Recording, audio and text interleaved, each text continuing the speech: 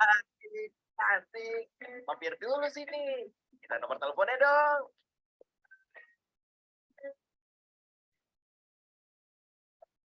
Assalamualaikum, Nisa pulang, Bu. Selamat siang, Tante. Waalaikumsalam. Loh, kok cemberut? Bu, tadi pas jalan pulang, Nisa dipanggil-panggil dan disiuli sama orang-orang yang nongkrong di pinggir jalan dekat perempatan sana. Terus mereka minta nomor telepon segala. Ih, risih banget deh, Bu. Ya ampun, Nak. Tapi kamu nggak apa-apa? Ya nggak apa-apa sih, tapi Nisa sebel banget sama orang-orang itu. Ya udah, Nisa mandi dulu ya, Bu. Permisi, Tante. Aduh, padahal biasanya Nisa pulang aman-aman aja loh. Ya ampun, iya Bu, itu sih udah termasuk kekerasan seksual loh Bu. Oh begitu ya Bu? Iya Bu. Kekerasan seksual merupakan setiap tindakan berupa fisik maupun non-fisik yang dilakukan seseorang atau sekelompok orang yang dapat mengakibatkan penderitaan atau kerugian secara psikis, fisik, dan seksual pada seseorang. Kekerasan seksual dapat berbentuk ucapan, perilaku, dan tindakan seksual yang dilakukan tanpa persetujuan korban. Tahukah kamu, ada 46.698 kasus kekerasan seksual yang terjadi sepanjang tahun 2011 hingga 2019? Kekerasan seksual dapat terjadi pada siapa saja. Bila kekerasan seksual terjadi pada dirimu atau orang lain di sekitarmu, ini yang harus kamu lakukan. Meminta bantuan kepada orang yang kamu percaya. Melaporkan kepada pihak berwajib dengan didampingi orang atau perwakilan dari lembaga terpercaya. Kamu juga dapat menghubungi lembaga sosial masyarakat sesuai kebutuhanmu. Dan cari tahu lebih lanjut seputar kekerasan seksual, serta menyebarkan informasi sebanyak-banyaknya dengan hashtag Gerak Bersama di media sosialmu. Jika sejak dini dengan mengajarkan pendidikan seksual sesuai usia anak dan menanamkan nilai karakter profil pelajar Pancasila. Mari gerak bersama dan wujudkan lingkungan rumah, sekolah, dan masyarakat yang aman dari kekerasan seksual untuk semua.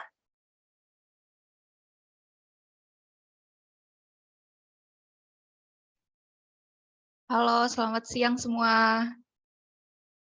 Siang. Ya.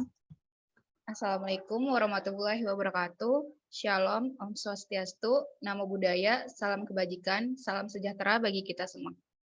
Siang teman-teman, makasih untuk semuanya yang udah hadir pada webinar kelompok kami. Sebelumnya saya akan memperkenalkan diri dulu nih. Saya sendiri sebagai moderator, Raisa Rahma Aura, dan teman-teman saya. Halo, saya Anya. Halo, saya Dinda. Hai, saya Samantha. Nah, kali ini kita akan membahas tentang kekerasan seksual. Nah, di zaman sekarang ini tentunya banyak banget nih kasus kekerasan seksual di Indonesia, baik dari lingkungan umum maupun lingkungan terdekat. Nah, kasus kekerasan seksual pada perempuan sendiri ini banyak banget menarik perhatian dari banyak orang tahu. Maka dari itu nih, kita sebagai perempuan harus bebas dari rasa takut yang ada dan kita perlu paham mengenai kasus kekerasan seksual itu sendiri. Nah, tahu nggak sih kekerasan seksual itu apa? Coba next, Sam. Nah, kekerasan seksual adalah setiap perbuatan yang merendahkan, menghina, melecehkan, dan menyerang tubuh dan atau fungsi reproduksi seseorang karena ketimpangan relasi kuasa dan atau gender yang berakibat atau dapat berakibat penderitaan psikis dan atau fisik termasuk yang mengganggu kesehatan reproduksi seseorang dan hilang kesempatan melaksanakan pendidikan dengan aman dan optimal. Jadi, pada tahun 2022 nih ada sebanyak 11.686 yang mengalami kekerasan seksual. Data tersebut dicatat oleh Simfoni PPA dan digagas oleh Kementerian Pemberdayaan Perempuan dan Perlindungan Anak. Biasanya kekerasan seksual ini terjadi sih baik perempuan ataupun laki-laki. Cuma pada materi kita ini akan membahas kekerasan seksual pada perempuan. Biasanya kasus kekerasan seksual pada perempuan ini terjadi diakibatkan oleh laki-laki. Ada beberapa faktor bagi laki-laki yang menunjukkan kekuasaan dan otoritasnya, yaitu kekuasaan patriarki, hak istimewa, dan kebebasan bergerak. Faktor terjadinya kekerasan seksual juga disebabkan karena faktor individu dan faktor sosial budaya. Selanjutnya akan dibahas oleh teman saya.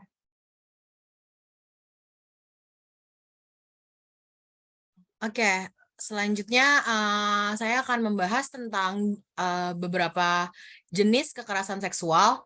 Jadi, berdasarkan jenisnya, kekerasan seksual dapat digolongkan menjadi kekerasan seksual yang dilakukan secara verbal, non-fisik, fisik, daring, atau melalui teknologi informasi dan komunikasi.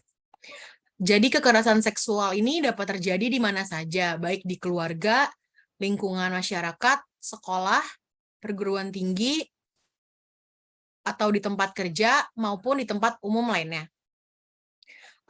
Jadi untuk mencegah dan menangani kekerasan seksual ini tuh di lingkungan pendidikan Indonesia tercetuslah peraturan Mendikbud Ristek atau Permendikbudristek nomor 30 tahun 2021 tentang pencegahan dan penanganan kekerasan seksual yang kemudian disebut dengan Permen PPKS. Nah, selanjutnya ada beberapa contoh bentuk pelecehan seksual tuh apa aja sih? Jadi yang pertama ini berperilaku atau mengutarakan ujaran yang diskriminatif atau melecehkan penampilan fisik, tubuh ataupun identitas gender orang lain. Misalnya dengan lelucon seksis, siulan, dan memandang bagian tubuh orang lain. Selanjutnya adalah menyentuh, mengusap, meraba, memegang, dan atau menggosok bagian tubuh pada area pribadi seseorang. Yang ketiga, mengirim lelucon foto, video, audio, atau materi lainnya yang bernuansa seksual tanpa persetujuan penerimaannya, dan atau meskipun penerima materi sudah menegur pelaku. Selanjutnya, menguntit, mengambil, dan menyebarkan informasi pribadi termasuk gambar seseorang tanpa persetujuan orang tersebut.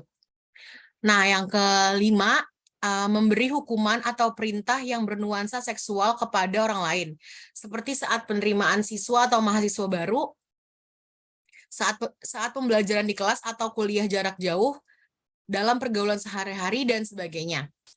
Selanjutnya, yang keenam, mengintip orang yang sedang berpakaian. Itu juga salah satu bentuk pelecehan seksual ya.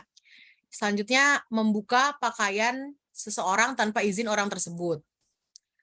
Yang kedelapan, membujuk, menjanjikan, menawarkan sesuatu, atau mengancam seseorang untuk melakukan transaksi atau kegiatan seksual yang sudah tidak disetujui oleh orang tersebut. Selanjutnya, memaksakan orang untuk melakukan aktivitas seksual atau melakukan percobaan pemerkosaan, dan melakukan perbuatan lainnya yang merendahkan, menghina, melecehkan, dan atau menyerang tubuh, fungsi reproduksi seseorang. Karena ketimpangan relasi kuasa dan atau gender yang berakibat atau dapat berakibat penderitaan psikis atau fisik termasuk yang mengganggu kesehatan reproduksi seseorang dan hilang kesempatan melaksanakan pendidikan dengan aman dan optimal. Next. Oke, selanjutnya akan dijelaskan oleh saya. Sebelumnya tolong Kak balik lagi ke jenis kekerasan seksual. Ya itu. Seperti yang udah Kak Anya jelasin, kekerasan seksual tuh bisa digolongkan menjadi verbal, non-fisik, fisik, dan daring, atau melalui teknologi informasi dan komunikasi. Verbal itu yang kayak gimana sih? Verbal itu kekerasan yang melibatkan emosinya dan menggunakan ucapannya untuk menyerang, mengejek, memanipulasi korban. Lalu yang non-fisik itu seperti memberi pernyataan atau gerak tubuh serta aktivitas dan keinginan seksual. Yang ketiga itu fisik. Fisik itu kekerasan seksual yang menyerang, memaksa, dan memberi ancaman kepada korban yang berakibat penderitaan fisik. Lalu yang terakhir itu ada daring atau melalui teknologi informasi dan komunikasi. Yaitu dia jenis kekerasan seksual seperti mengirimkan foto, video yang bernuansa seksual tanpa persetujuan kedua belah pihak. Lalu lanjut ke slide berikutnya.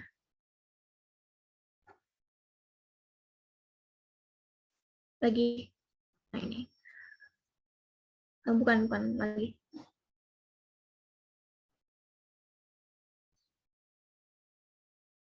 Sebelumnya.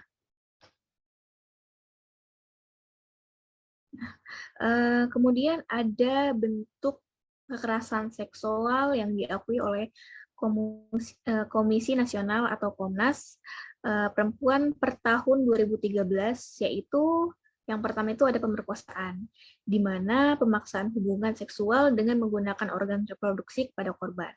Lalu yang kedua, intimidasi seksual termasuk ancaman atau percobaan pemerkosaan. Tindakan yang menyerang seksualitas baik secara langsung maupun tidak langsung untuk menimbulkan rasa takut atau penderitaan psikis kepada korban. Lalu yang ketiga itu ada pelecehan seksual, di mana sentuhan fisik ataupun non-fisik dengan sasaran organ seksual atau seksualitas korban, sehingga mengakibatkan rasa tidak nyaman, tersinggung, atau merasa direndahkan martabatnya, juga bahkan hingga timbul masalah kesehatan dan keselamatan. Lalu yang keempat itu ada eksploitasi seksual, yaitu penyalahgunaan kekuasaan atau kepercayaan dengan tujuan kepuasan seksual maupun keuntungan dalam bentuk uang, sosial, politik, dan lainnya, seperti praktik prostitusi atau pornografi. Lalu yang kelima itu ada perdagangan perempuan untuk tujuan seksual. Nah, ini merupakan upaya merekrut, mengirim, atau menerima seseorang dengan ancaman kekerasan dan penyalahgunaan kekuasaan atas posisi rentan untuk tujuan prostitusi ataupun eksploitasi seksual lainnya. 6 ini ada prostitusi paksa. Ini tuh ancaman ataupun kekerasan untuk menjadi pekerja seks, di mana perempuan tidak berdaya untuk melepaskan diri. Yang ketujuh ada perbudakan sosial. Pelaku akan memaksa korban untuk melayani rumah tangga atau bentuk kerja paksa lainnya, serta berhubungan seksual dengan penyekapnya. Lalu yang kedelapan, ada pemaksaan perkawinan atau termasuk cerai gantung. Seringkali perempuan menikah karena terpaksa atau atas kehendak orang tuanya untuk menikah. Praktik pemaksaan korban pemerkosaan menikahi pelaku juga termasuk dalam bentuk kekerasan seksual. Selain itu juga ada cerai gantung, yaitu ketika perempuan ingin bercerai namun terikat pernikahan. Lalu yang ke-9 ini ada pemaksaan kehamilan, di mana perempuan dipaksa dengan kekerasan ataupun ancaman kekerasan untuk melanjutkan kehamilan yang tidak dikehendaki. Yang 10, pemaksaan aborsi, di mana tekanan, pemaksaan, dan ancaman kepada perempuan untuk menggugurkan kandungannya. Yang ke-11, pemaksaan kontrasepsi dan sterilisasi. Pemasangan alat kontrasepsi atau pelaksanaan sterilisasi tanpa persetujuan dari perempuan.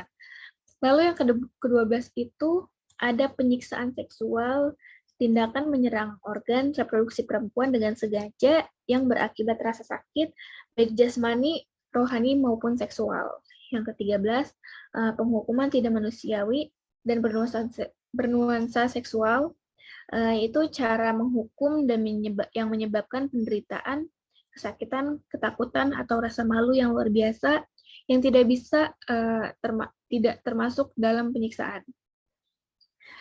Yang ke-14, praktik tradisi bernuansa seksual yang membahayakan atau mendiskriminasi perempuan. Yang ke-15 yaitu kontrol seksual termasuk lewat aturan diskriminatif beralasan moralitas dan agama. Kekerasan seksual menjadi sulit untuk diungkap dan ditangani dibanding kekerasan terhadap perempuan lainnya karena sering dikaitkan dengan konsep moralitas dan masyarakat. Lalu, perempuan dianggap sebagai simbol kesucian dan kehormatan, karenanya ia mungkin dipandang menjadi aib ketika mengalami kekerasan seksual, misalnya pemerkosaan. Korban juga sering disalahkan sebagai penyebab terjadinya kekerasan seksual. Ini membuat perempuan atau korban sering bungkam gitu untuk menyuarakan kalau terjadinya pemerkosaan. Korban sering merasa tidak berdaya dengan memberinya pelukan hangat yang diharapkan oleh korban dapat menyadarkan korban bahwa ia tidak sendirian. Dengan pelukan itu, sedikit banyak yang dapat diartikan bahwa kita menghargai korban yang memiliki dampak besar banget nih terhadap pemulihan perasaan pengadilan diri korban. 90% korban pemerkosaan itu pasti mengalami PTSD, yaitu post traumatic disorder, yaitu dukungan bagi korban sangat dibutuhkan untuk melewati masa traumatiknya. Selanjutnya,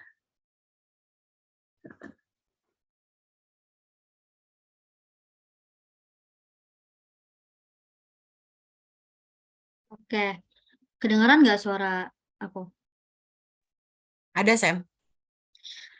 Selanjutnya ini ada penanganan kasus kekerasan seksual ya. Tadi udah dijelasin juga dalam rangka menangani maraknya kasus kekerasan pelecehan seksual di lembaga di masyarakat.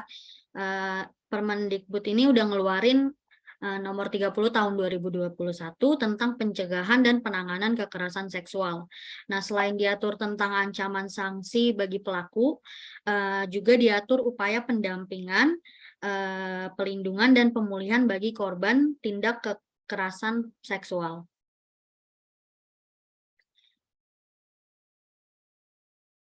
Sebenarnya apa sih yang harus dilakukan gitu kan jika kita mengalami atau jika kenalan kita mengalami tindakan atau kekerasan seksual ini gitu. Yang pertama, pahami bahwa kekerasan terjadi bukan salah korban gitu. Banyak banget ya di masyarakat ketika ada kekerasan seksual terjadi, pelecehan seksual terjadi, ada stereotip atau pandangan bahwa ini tuh juga salah satu kesalahan dari korban, entah pakaian yang terbuka atau gimana gitu. Jadi tugas kita adalah ngasih tahu ke korban bahwa kekerasan tindakan pelecehan yang dia terima ini bukan semerta-merta salah diri korban aja gitu. Yang kedua, pastikan keamanan dan keselamatan. Ketika mengalami kekerasan seksual, kita harus pastiin dulu kita tuh selamat gitu, kita aman dari kekerasan yang berkelanjutan gitu. Segera jauhi tempat kekerasan terjadi dan minta pertolongan, entah kalau kita nggak mau secara formal minta pertolongan ke pihak berwajib, kita wajib meminta pertolongan, bercerita kepada kenalan kita gitu. Jadi bisa dibantu. Terus sebisa mungkin simpan bukti-bukti terjadinya kekerasan seksual, kekerasan atau pelecehan seksual itu. Selanjutnya ada berusaha terbuka dan bercerita ke orang yang dipercaya, itu tadi. Jadi kalau kita emang nggak bisa atau takut melaporkan ke pihak berwajib, kita seenggaknya harus terbuka terhadap orang yang kita percaya gitu. Seenggaknya kita tidak menyimpan sendiri, karena hal itu bisa menyebabkan kita entah depresi, entah kita isolasi diri di rumah, menjauh dari masyarakat, dan itu akibatnya sangat buruk ke diri kita sendiri. Terus yang terakhir ada cari informasi dari lembaga yang memberikan bantuan gitu. Penting banget untuk korban kekerasan seksual mencari informasi dari lembaga-lembaga yang memberikan bantuan kepada korban kekerasan seksual. Terus apa yang bisa didapatkan gitu? Kalau emang harus melaporkan ke lembaga-lembaga, ke pihak berwajib, apa sih yang bisa didapatkan oleh korban ketika melaporkan gitu? Yang pertama ada pendampingan gitu. Pendampingan ini bisa berupa konseling, layanan kesehatan, layanan hukum, advokasi, dan atau bimbingan sosial, juga bimbingan rohani si korban. Yang kedua ada perlindungan, yaitu jaminan keberlanjutan gitu. Penyediaan rumah aman untuk korban dan saksi gitu, sehingga bebas dari ancaman-ancaman yang berkaitan dengan kesaksian yang diberikan. Yang ketiga ada pemulihan korban, melibatkan psikolog, tenaga medis, pemuka agama, dan organisasi pendamping korban gitu. Terus yang terakhir ada pengenaan sanksi administratif gitu. Sanksi terdiri dari 3 golongan yaitu ringan, sedang, dan berat.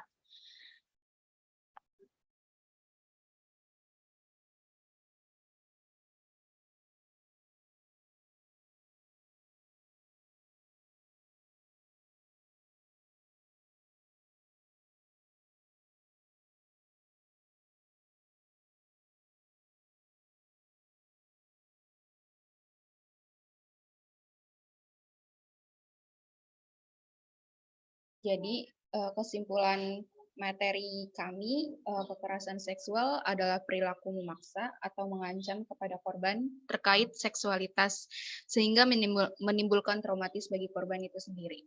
Kekerasan seksual bisa terjadi bagi siapa aja, baik anak-anak, remaja maupun orang dewasa, dan dapat terjadi di mana aja serta kapan aja. Untuk menanganinya sendiri, sebagai korban perlu melapor dan terbuka kepada orang yang dipercaya, dan jangan menganggap bahwa hal itu terjadi karena korban. Jadi, kalau kita menjadi korban kekerasan seksual, jangan takut untuk bersuara ya, teman-teman.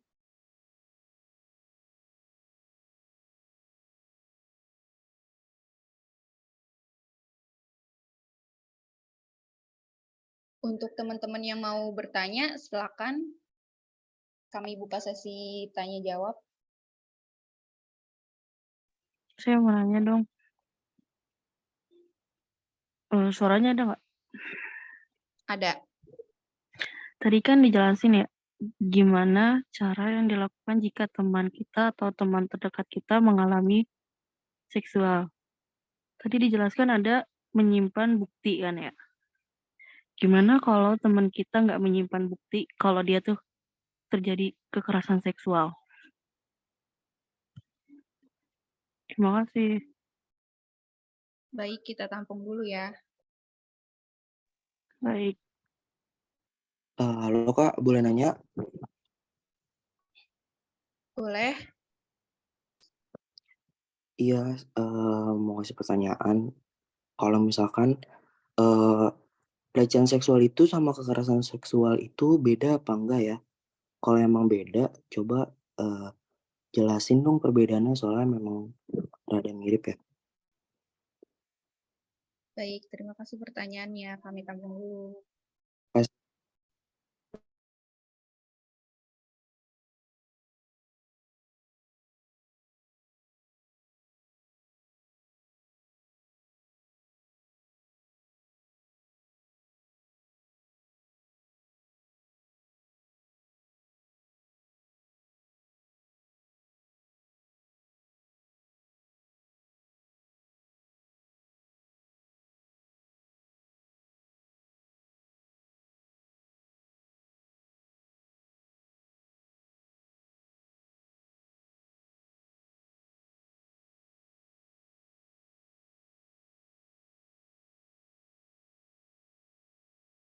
Oke, saya akan menjawab pertanyaan dari Kak Bagus ya. Pertanyaannya, apa sih perbedaan dari pelecehan seksual dan kekerasan seksual? Jadi itu beda, Kak. Perbedaannya, pelecehan seksual tindakan yang mempunyai nuansa seksual, seperti meraba atau menyentuh tubuh seseorang tanpa persetujuan. Nah, sedangkan kekerasan seksual adalah perilaku yang dilakukan dengan menyasar seksualitas atau organ seksual tanpa persetujuan dengan unsur paksaan atau ancaman. Gimana Kak Bagus? Udah bisa diterima jawabannya? Oh, baik-baik. Makasih banyak ya. Oke. Oke, aku bakal jawab pertanyaan dari Kak Suci ya. Tadi pertanyaannya itu tentang kalau misalkan bukti-bukti kekerasannya itu nggak dipegang, nggak disimpan. Sebenarnya kalau misalkan kekerasan seksual itu kan bisa yang kayak mungkin pemerkosaan atau gimana gitu kan. Jadi sebenarnya bukti-buktinya tuh bisa dari pakaian, itu kan ada rambut yang tertinggal atau ada bukti-bukti yang bisa diambil dari pakaian itu. Jadi kalau misalkan nggak megang foto, nggak megang video atau rekaman percakapan gitu, bisa juga minta seseorang untuk jadi saksi atau dari pakaian. Mungkin lebih ke gitu sih. Udah cukup? Cukup baik, terima kasih.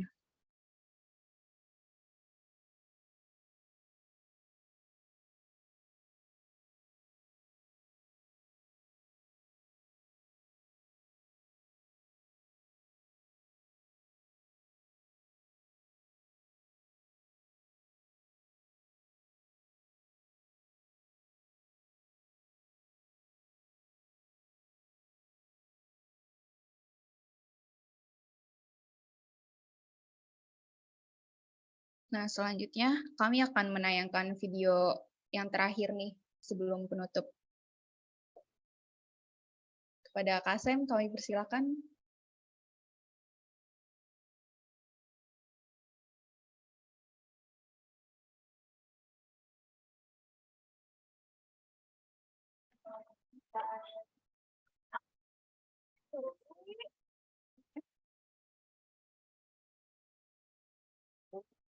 Nah, kalau itu tadi ya.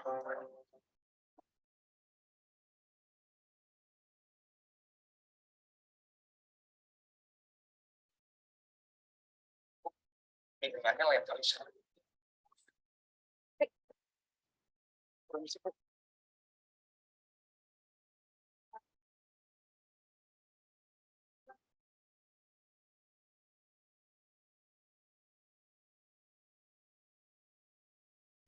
Ya, mau tanya, kalau kerambutan tuh di sini lewatin nggak ya? Ya, makasih ya, Bang. Ya.